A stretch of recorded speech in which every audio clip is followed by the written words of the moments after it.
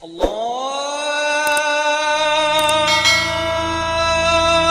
اکبر اللہ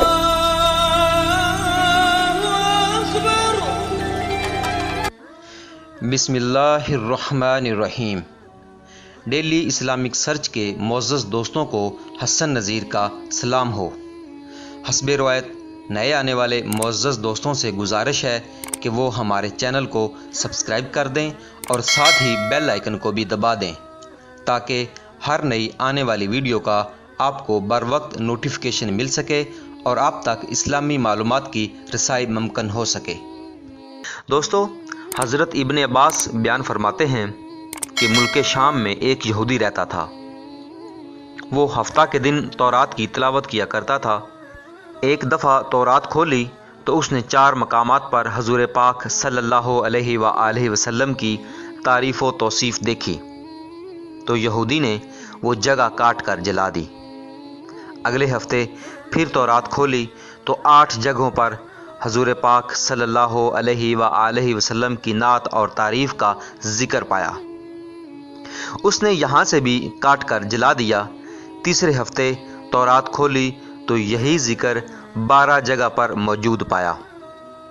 یہودی یہ سوچنے لگا اگر میں یوں ہی کرتا رہا تو ساری کی ساری تورات اس ذکر سے پر ہو جائے گی، اور اپنے ساتھیوں سے پوچھنے لگا کہ حضرت محمد مصطفیٰ صلی اللہ علیہ وآلہ وسلم کون ہیں؟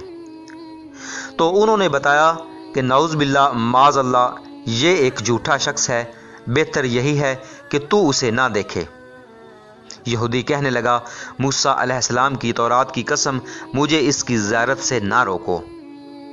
ساتھیوں نے اجازت دے دی۔ یہ اپنی سواری پر سوار ہو کر دن رات منزل بمنزل چلتا رہا۔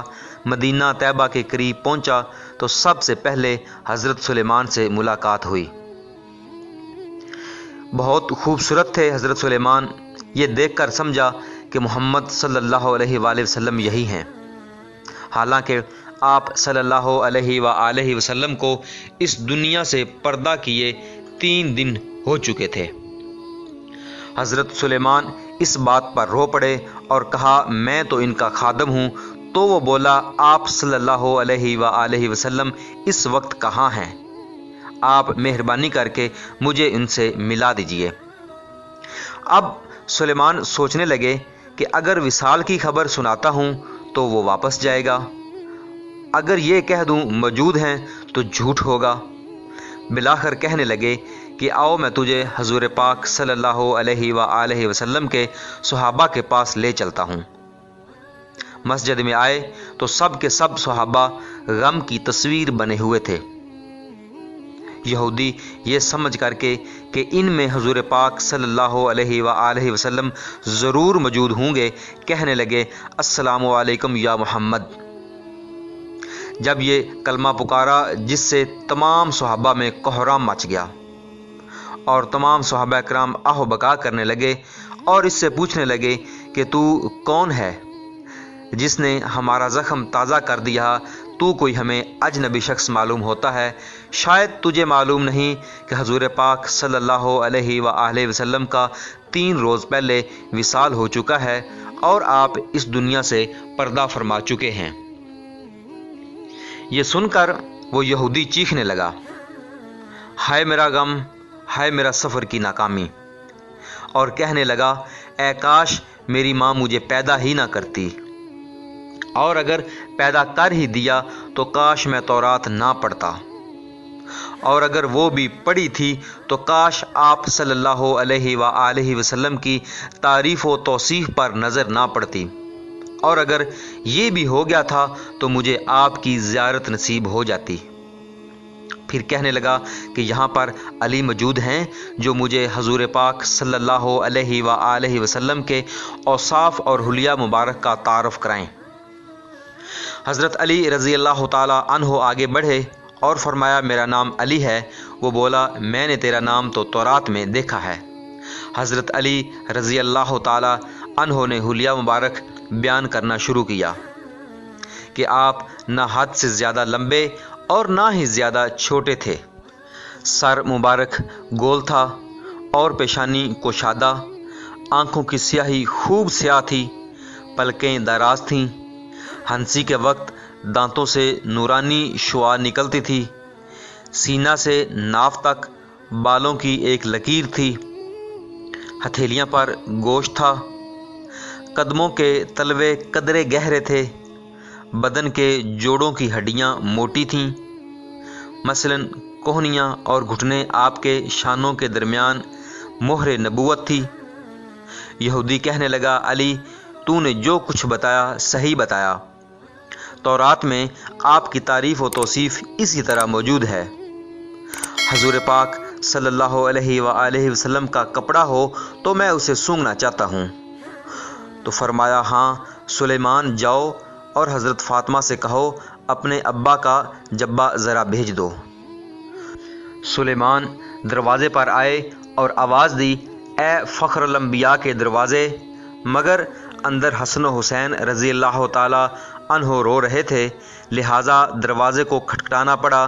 تو حضرت فاطمہ کی آواز آئی، یتیموں کا دروازہ کون کھٹکھٹا رہا ہے؟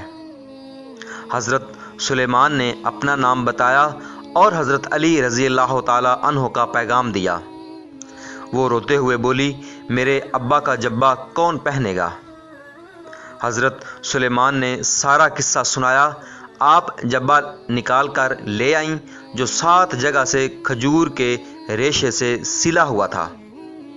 حضرت علی رضی اللہ تعالی عنہ نے اسے پکڑ کر سونگا، پھر دوسرے صحابہ کرام نے، پھر یہودی پکڑ کر سونگنے لگا اور کہتا تھا، واہ کیسی عمدہ خوشبو ہے۔ پھر وہ آپ صلی اللہ علیہ وآلہ وسلم کی قبر شریف پر حاضر ہوا، آسمان کی طرف سر اٹھا کر کہنے لگا، اے اللہ میں گواہی دیتا ہوں تو واحد ہے، یکتا و یگانہ ہے، کائنات تیری نیاز مند اور تو بے نیاز ہے، اور میں یہ بھی گواہی دیتا ہوں اس قبر شریف والا تیرا حبیب ہے، اور جو کچھ اس نے فرمایا میں اس کی تصدیق کرتا ہوں اور اس پر ایمان لاتا ہوں۔ اے اللہ اگر میرا اسلام تیری بارگاہ میں قبول ہے تو تو میری روح کو ابھی قبض کر لے۔ یہ کہہ کر وہ وہیں گر کر جان بحق ہو گیا۔ حضرت علی رضی اللہ تعالی عنہ نے اسے غسل دیا اور جنت البقیع میں دفن کروا دیا۔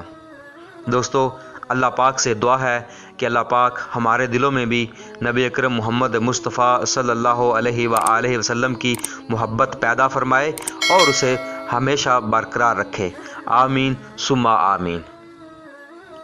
جی ہاں دوستو، اگر آپ کو میری یہ ویڈیو پسند آئی ہے اور آپ چاہتے ہیں کہ میں مزید ایسی ویڈیوز بناتا رہوں اور آپ کی خدمت میں پیش کرتا رہوں تو مجھے اس ویڈیو کے بارے کمنٹ کر کے ضرور آگاہ کریں، اور ساتھ ہی میرے چینل کو سبسکرائب کریں اور اپنے دوستوں کے ساتھ شیئر کریں، کیا پتہ آپ کا ایک شیئر کسی کی زندگی بدل دے۔ اگر اللہ نے چاہا تو ایک نئی ویڈیو میں ایک نئے مضمون کے ساتھ پھر حاضر ہوں گے، تب تک کے لیے مجھے اجازت دیجیے۔ اپنا اور اپنے چاہنے والوں کا بہت سا خیال رکھیے گا۔ اللہ حافظ، اللہ نگہبان۔